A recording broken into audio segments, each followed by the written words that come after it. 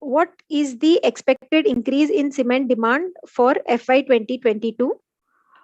Option A is less than 10%, B 10 to 12%, option C 12 to 15%, and option D is greater than 15%.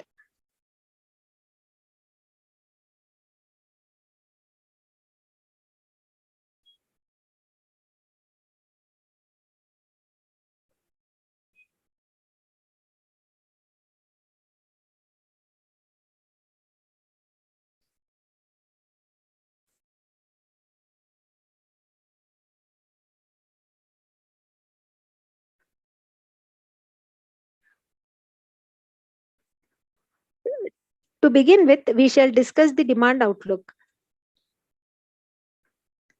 Starting with the monthly trends in cement production, the production which averaged at around 28 million metric ton per month during FY19 and FY20 witnessed a significant decline in April 2020 to a mere 4.3 million metric ton due to nationwide lockdown on account of COVID-19 when the construction activities came to a halt. Post the relaxation of lockdown, there has been a pickup in the production supported majorly by pent-up demand and rural housing demand. Towards the end of last year, in March 2021, the production at 32.9 million metric ton almost reached the pre-COVID level high of 33.1 million metric ton reported in March 2019. However, the state-wise lockdowns due to the second wave of COVID-19 adversely impacted production. It declined by 11% and 18% on a sequential basis in April and May of 2021 to 24.2 million metric ton. In June and July, the production increased to 28.3 and 29.5 million metric ton respectively, with the easing of restrictions by state governments following a decline in fresh COVID infections. Production in June was similar to pre-COVID levels of June 2019, and that in July was higher by 5% than pre-COVID level of July 2019. Cement production witnessed a CAGR, 10-year CAGR of 5% till FY19. In FY20, the production declined by 11%, majorly due to the pandemic-led lockdown, which adversely impacted the demand in Q1 of FY21. In 4 months of the current year, production is higher by 44% on a YOY basis at 111 million metric ton and is lower by 2% when compared to pre-COVID levels of 4 months of FY20. Overall, the production growth in FY22 is expected at 12% and to reach 332 million metric ton, closer to pre-COVID levels of 334-335 million metric ton, majorly supported by pent-up demand, rural housing demand, and pickup in infrastructure activity. We expect an upside to this growth figure in case of minimal disruptions owing to any future COVID waves. In FY23, the production is expected to grow by 8% to around 358 million metric ton. Moving on to the demand drivers and growth prospects, the major demand drivers for cement in India is housing. Rural housing and affordable housing together account for around 40 to 45%, followed by urban housing, which accounts for around 20 to 25% of the total demand. The infrastructure sector accounts for 23 to 25% and the industrial capex for around 10%. Coming to the central government capex as given in Exhibit 5, the capex as per the budget estimates is higher by 26% at rupees 5.5 lakh crore in FY22 when compared to the revised estimates of FY21.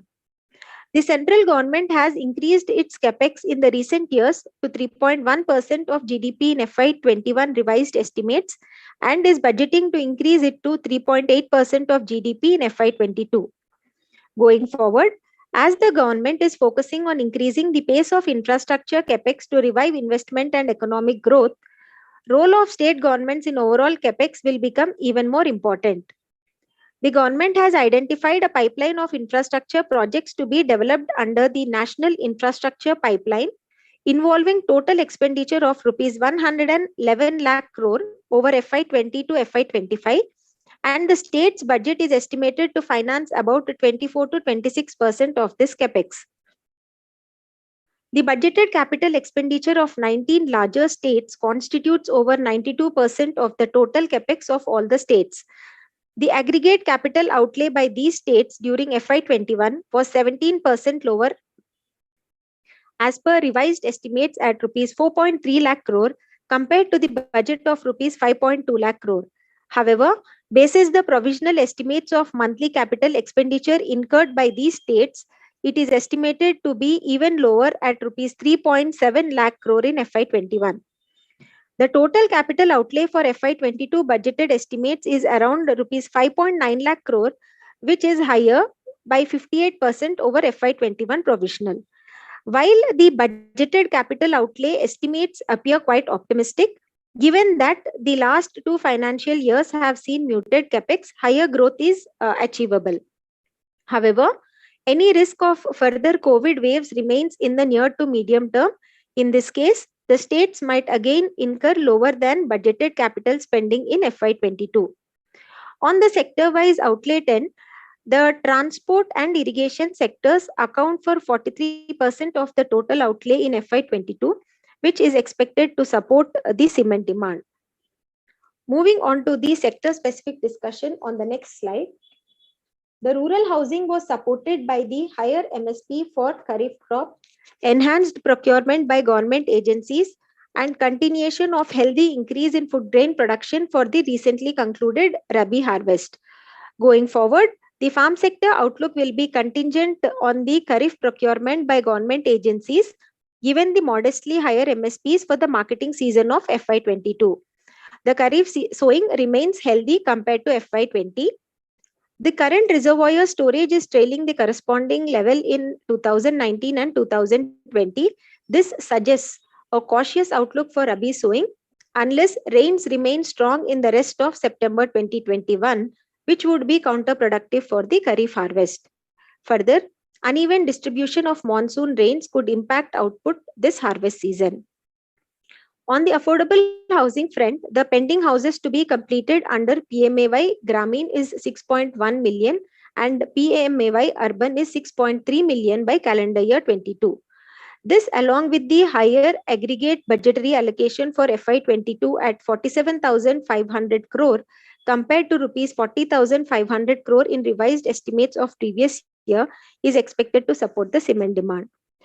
On the urban residential housing, while there was sales disruption in Q1 FY22 due to second wave, the underlying demand drivers have remained intact, driven by factors such as multi-year low interest rates, demand for more residential space on account of shift to hybrid working model, and pent-up demand. The new launches are expected to increase by 32% in FY22. Coming to the prospects in the infrastructure sectors, the pending Bharatmala awarding of around 19,600 km is likely to get completed by FY23 and the execution by FY26. In the airport sector, Airports Authority of India and major private airports such as Delhi, Hyderabad, Bangalore and Mumbai have capex plans of around 57,000 crore during the next 3 to 4 years.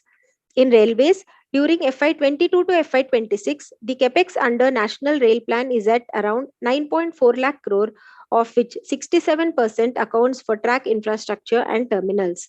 The execution of these would augur well for the cement demand in the medium term. We now move over to the next section, which is the discussion on trends in cement prices, input costs, and the outlook on profitability. We have analyzed the cement prices, cost structure, and profitability in this section by considering a sample of 12 major listed cement companies. The regional demand supply dynamics and the pricing discipline are key determinants of cement prices. While the cement companies witnessed a marginal price hike of 1% in FY21, they have undertaken price hikes by an average of 4% on a YOY basis during 5 months of FY22. This hike is driven by the increase in input costs, primarily power and fuel and freight expenses over the last few months. If we look at the region-wise cement prices, the key notable trends are: in Hyderabad, the average cement price in FY21 was around 370 rupees per bag, which is significantly higher when compared to the previous year levels of 290 to 300 per bag. In Tamil Nadu and Kerala, the prices were around rupees 400 per bag, In Mumbai, they were higher by 2 to 3% at around 360 rupees per bag. In Delhi, marginally higher by 1%, around 380 to 400 rupees per bag. And in Kolkata, lower by 3%, around rupees 320 to 330 per bag in FY21. The prices witnessed an increase during Q1 of FY22 by 4% on a YOY basis and then witnessed some moderation in the monsoon season compared to the previous quarter. Let us now look at the key trends in the input costs of cement over the next few slides.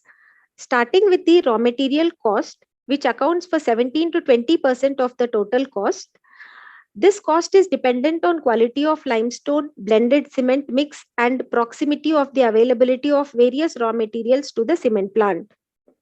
The raw material cost declined by 10% in FY21, supported by lower additive prices such as fly ash and gypsum, majorly in H1 of FY21. In the current year, the cost per metric ton increased by 26% on a YOY basis to rupees 707 per metric ton for the first quarter of FY22 on account of higher additive prices and inward freight cost due to higher diesel prices. Moving on to the power and fuel costs, which account for 24% to 26% of the total costs in FY21. These costs declined by 9%, supported by favorable petcoke and coal prices during the first half of FY21. However, the increase in the fuel prices since second half of FY21 resulted in an increase in power and fuel cost. The same is seen in Q1 of FY22, where these costs are higher by 26% on a YOY basis. Overall, in 5 months of FY22, the average coal prices have been higher by 85% on a YOY basis at $105 per metric ton. They have been on an increasing trend from $87 per metric ton in April to $131 per metric ton in August 2021. The increase in the coal prices is led by higher demand from China and other Asian economies and limited production in China. The petcoke prices in 5 months of FY22 have been higher by 87% on an YOY basis. Moving on to the freight costs, which account for 27 to 30% of total costs, the rail, road mix, and average lead distances are the key determinants of freight costs. Optimization of the distance of the cement plants from the source of raw materials and major consumption centers supports the profitability. Overall, the freight mix for the sample is with road at 74%, followed by rail at 23% and sea at 3%. Over the last 4 years, the freight cost per metric ton remained in the range of rupees 1,110 to 1,140 per metric ton. They increased by 9% on a YOY basis in Q1 of FY22, majorly due to the higher diesel prices.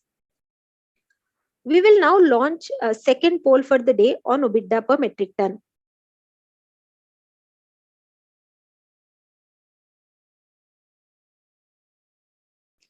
While EBITDA per metric ton remained high at upwards of rupees 1,300 per metric ton in Q1 of FY22, that is April to June 2021, given the rise in input costs, what would be the overall EBITDA per metric ton for the full year FY22?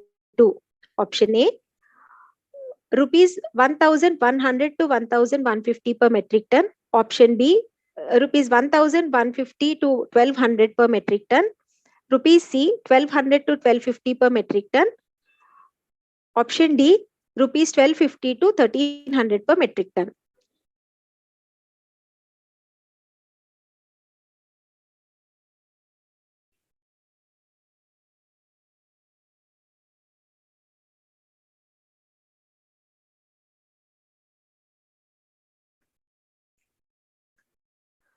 Moving on to the next slide on EBITDA per metric ton. The EBITDA per metric ton was the highest in FY21 over the last 1 decade at around rupees 1,236 per metric ton, supported by favorable input prices, majorly lower power and fuel expenses.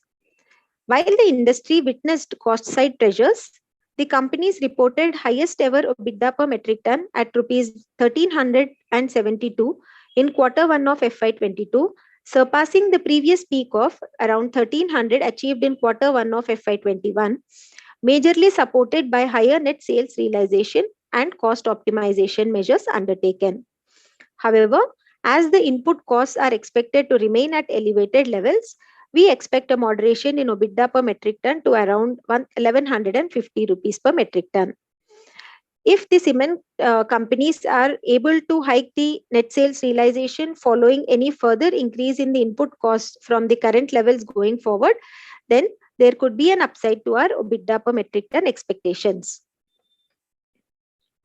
This slide discusses on the investments in WHRS by the cement companies and the consequent savings in the power cost. Cement companies in India have been significantly investing in renewable energy and waste heat recovery systems to reduce their dependence on fossil fuel-based power generation. By generating power using the hot gases produced during the manufacturing process, WHRS is more cost efficient and helps in augmenting the operating profitability. The cost of installation of WHRS plant is around rupees 8 to 10 crore per megawatt of capacity, and with an optimal plant utilization, the payback period for WHRS usually is 3 years. The cost of power generation using WHRS is around rupees 1.3 to 1.5 per unit as compared to rupees 4.5 to 5 per unit for captive thermal power. With 20 to 25% WHRS replacement in the total power capacity, the power cost savings for the cement companies is estimated to be around 14 to 18%, resulting in an improvement in the operating margins by around 110 to 140 basis points. In addition to this, investing in renewable energy also aids in reducing carbon footprint. As on March 21, major cement companies installed WHRS capacities of around 520 megawatt. Further, the companies have planned to set up around 175 megawatt of WHRS capacities in FY22. Moving over to the next section on supply additions and capex outlook. The bulk of India's cement production capacity is concentrated in a few clusters, which are essentially regions where limestone is widely available. However, the major consumption centers are often states that are far away from these production centers. With cement being a bulk transport expensive commodity, production has been concentrated on a regional basis. India is divided into 5 main regions: northern, eastern, western, southern, and central. If we see here, south has the highest installed capacity of around 170 MTPA, followed by east and northeast around 110 MTPA and north at 107 MTPA. Coming to the region-wise utilization, the utilization in central and east markets is around 82 to 85%, and in north at around 72%. In the west, it is around 70 to 75%, and in south around 55%. These are pre-COVID levels. The capacity additions are likely to get back to around 21 MTPA in FY22 and 27 MTPA in FY23 from around 15 MTPA levels in FY21. The east is expected to lead the expansion and may add around 17 MTPA, followed by the central region at around 13 MTPA during FY22-FY23. The capacity additions in south during these years remains relatively on lower side given the surplus capacities in the region. The significant decline in production resulted in a decline in industry's utilization levels to around 57% in FY21 from 67% in FY20. With the expected revival in demand in FY22 and FY23, the utilization is likely to improve to around 62 to 64%. However, the same remains at moderate levels on an expanded base. Coming to the performance of ICRA's sample of cement companies. While most cement companies reported a decline in revenues in FY21 driven by a decline in the sales volumes, some companies reported an increase in revenues in FY21 driven by sequential growth in volumes in H2 of FY21. ICRA's sample reported an increase in the sales volumes by 2% in FY21. The cement companies reported the highest operating profitability in the last decade. The sample witnessed an improvement by around 360 basis points to 24.5% in FY21 with the easing of cost side pressures. Consequently, the interest coverage ratio of the sample improved to 9.2 times in FY21 from 6.1 times in the previous year. The ROCE also increased to 14.5% from 11.7%. Moving on to the credit outlook and rating movements. There was one upgrade in the 4 months of FY22 backed by improvement in the financial profile, which is expected to sustain going forward. In the previous year, there was one downgrade and no upgrade. The downgrade was due to the entity's weak operational and financial performance and the modest projected coverage indicators. Coming to the outlook on the sector, ICRA maintains a stable outlook on the cement sector. While the revenues are expected to increase by 13% in FY22, largely supported by volumetric growth, the elevated input costs are likely to exert pressure on operating margins, which are expected to contract by around 200 to 230 basis points. While the capacity addition is likely to witness an increase in FY22, the debt reliance is likely to be on the lower side owing to the healthy cash generation and strong liquidity of cement companies. The debt coverage metrics are expected to remain strong in FY22 with interest cover of about 10 times and TD by EBITDA at 1.2 times. With this, the presentation ends and we are open for Q&A session. Thanks, Anupama. Participants are requested to type their questions in the Q&A box. So while the questions assemble, I will just project the response that we got for the first poll question, which is on demand. So majority of the participants have actually opined that 10 to 12% is the expected increase in the cement demand, which is also our view. We also expect that the overall increase in cement demand for financial year 2022 would be at about 12% for the current financial year.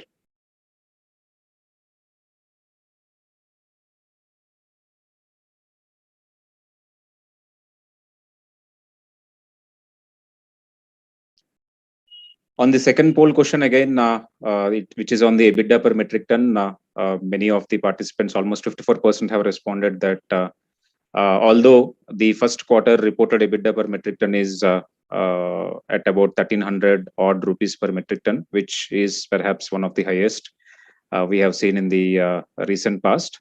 Despite that, given the cost side pressures, we also expect that there will be some impact on the EBITDA per metric ton for the full year, which is in line with majority of the participants' opinion.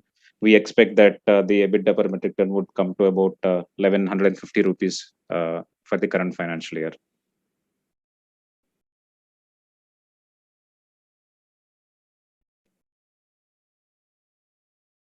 So there are a couple of questions which are coming up. We will start with the first question from Mr. Saurav. How do you see expansion in West since it is on a lower base? How do you see pricing pressure going forward in West? See, in West, if you look at currently the overall installed capacity is about 66 million MTPA with utilization levels of about 72%. And across various regions, if you look at region-wise growth rates, so we expect that East would be the region where we expect that the overall growth rates would be much higher when compared to the rest of the country. There, starting from financial year 22 anyway, overall we have just discussed that it would be in the range of 12 to 13% across various regions. But 23, we expect that East could grow at about 9%, followed by 8.5%. Similarly, across various regions, this growth rate could vary. For instance, the lowest growth is expected to be witnessed by South-based players. Whereas on the Western region side, we expect that overall in terms of CAGR for the next 5 years, excluding financial year 2022, it would be at about 6 to 6.5%. So considering that kind of growth rate on the existing production capacities that are available, we expect that in the next 2 years, financial year 2022 and 2023, both put together, the incremental demand that may get generated after factoring in this growth rate would be at about 10 million MTPA. As against that, the incremental capacities that are coming up are about 6.9 to 7 million MTPA. So the overall capacity additions that are likely to happen in this region will be relatively lower when compared to the incremental demand, because of which we don't see any significant amount of pricing pressure for the players operating in this region.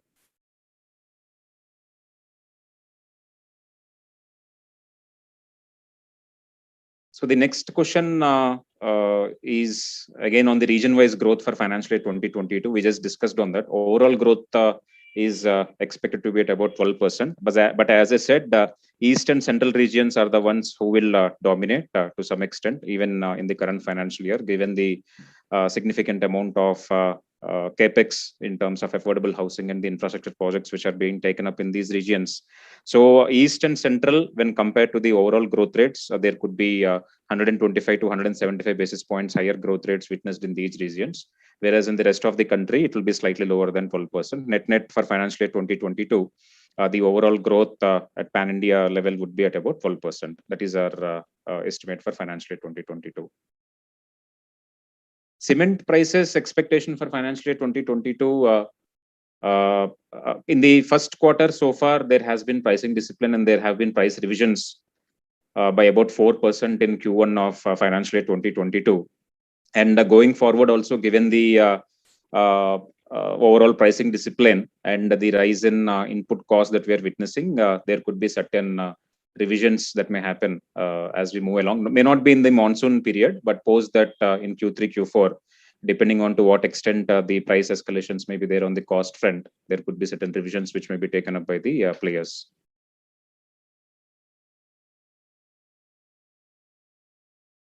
So there is one question on impact of DFC on freight cost, any potential change in railroad mix. So currently, if you look at the railroad mix, that point we have covered in the presentation also, that in terms of mix, if you look at currently, that stands at about 74% broadly, 74 to 75% to through road, to about 23% to rail, and the balance through sea. So once DFC becomes operational, we expect certain model shift to happen definitely. But the major challenge there would be the last mile connectivity. That is something which during our discussions with various cement players also, what we come across is because of the lack of last mile connectivity immediately, that may come up later. But because the initial focus is on the arterial routes under DFC, the last mile connectivity still may take some more time. Because of which the immediate shift in terms of model shift from road to rail may not happen. There could be some 2-3 percentage points shift immediately, but beyond that, because then what would happen is there will be multiple loading and unloading requirements, one onto the rail network, again from the rail network to road network to connect to the last point in terms of the various demand centers. So because of which, if you add the loading, unloading charges, the demurrage charges, etc., overall net, unless the last mile connectivity is also well established, it may take some time for significant amount of model shift to happen. So there is one point on the consolidation pricing discipline, considering the consolidation. Consolidation is right. We have also mentioned that in one of the slides, the top 10 players account for 65% of the total installed capacity. And these many of these players they follow pricing discipline, and it's a function of the demand supply dynamics as well as the pricing discipline. So we expect that to continue. There may not be any significant deviation with respect to that. There is one question on utilization level across various regions. How is it calculated? So Anupama, would you like to take this up?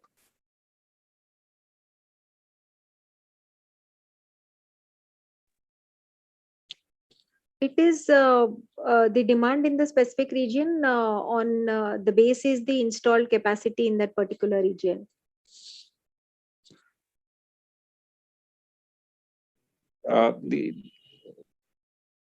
There is also one point on whether it is taken from CMIE. Would you like to add any comments there? Here, the source is not CMIE. It is gathered from the industry participants and our interaction with the various industry players.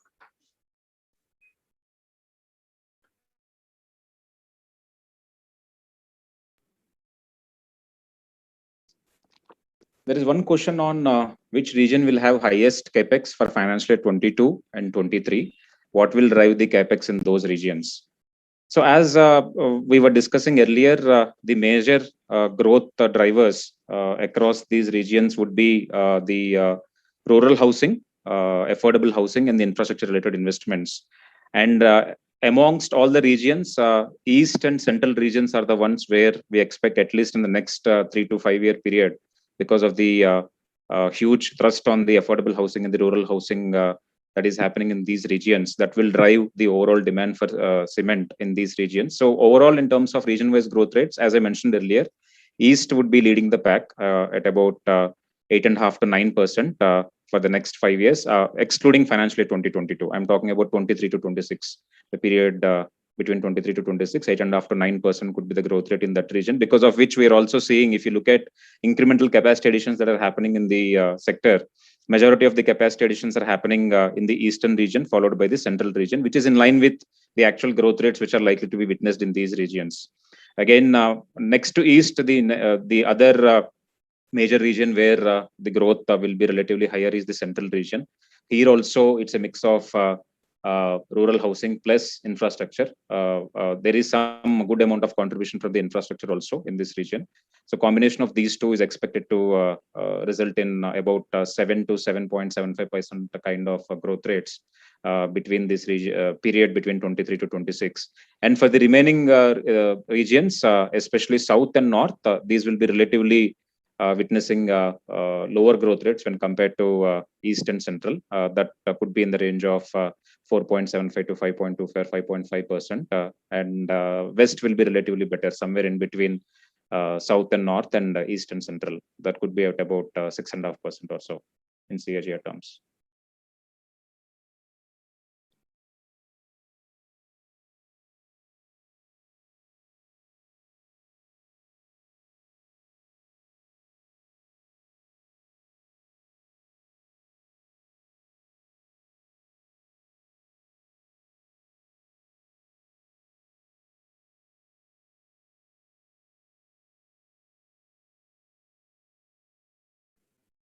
There is one question from Viba. Can you relate capex to existing capacities in percentage terms for East region, and how would this impact operating margins?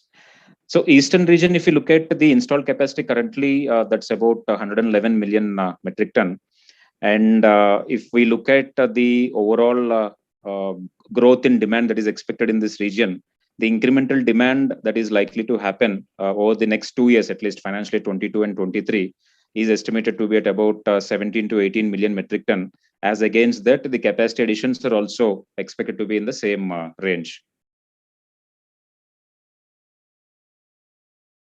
So because of this, we don't foresee any major impact on the operating margins on account of new capacities coming up, at least in the next 2 years, because largely the incremental capacity additions, even for this region, would match the incremental demand that is likely to get generated because of the ongoing rural housing as well as infrastructure related activities in these regions.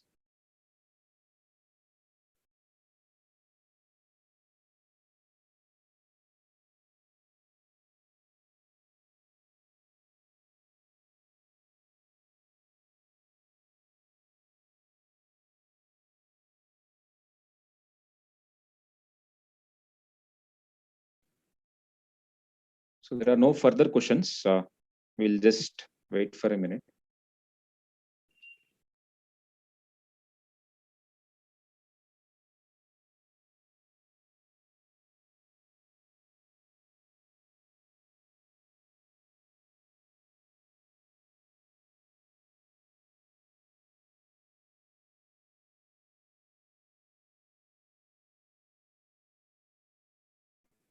So there is one question on clinker additions in the east. We don't have the exact additions that are likely to happen on the clinker front. That is something which is not available.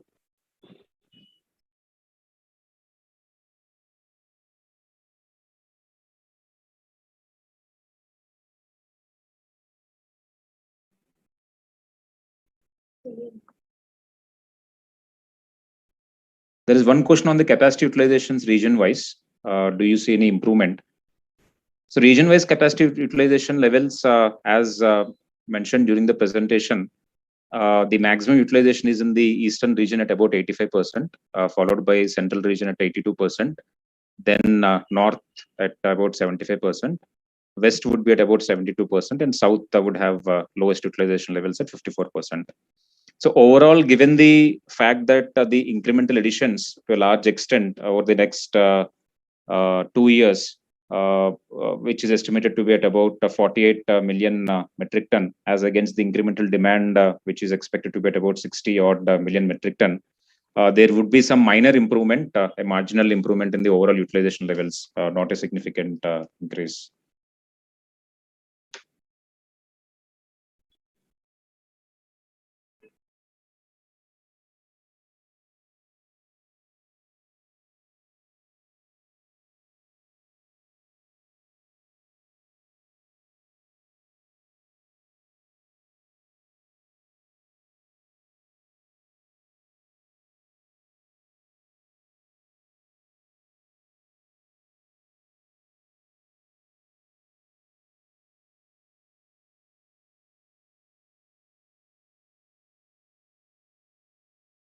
See, price increase, there is one question on the price increase and which region would remain high.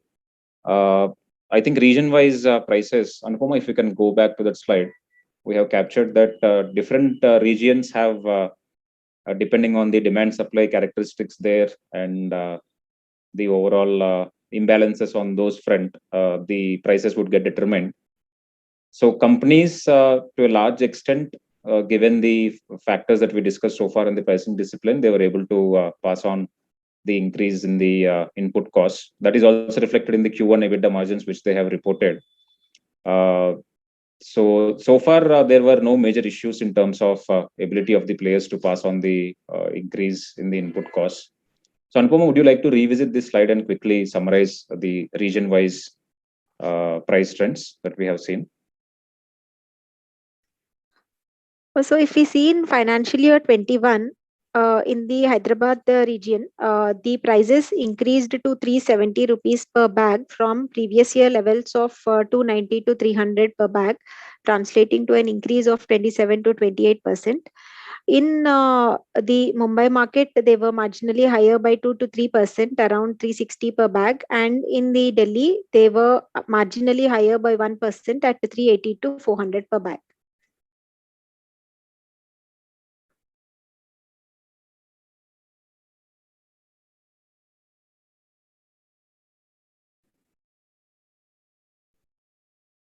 So there are no further questions. We would like to thank all the participants for their time. In case if you have any comments or any other clarifications, please feel free to reach out to us. Thank you all. Thank you so much.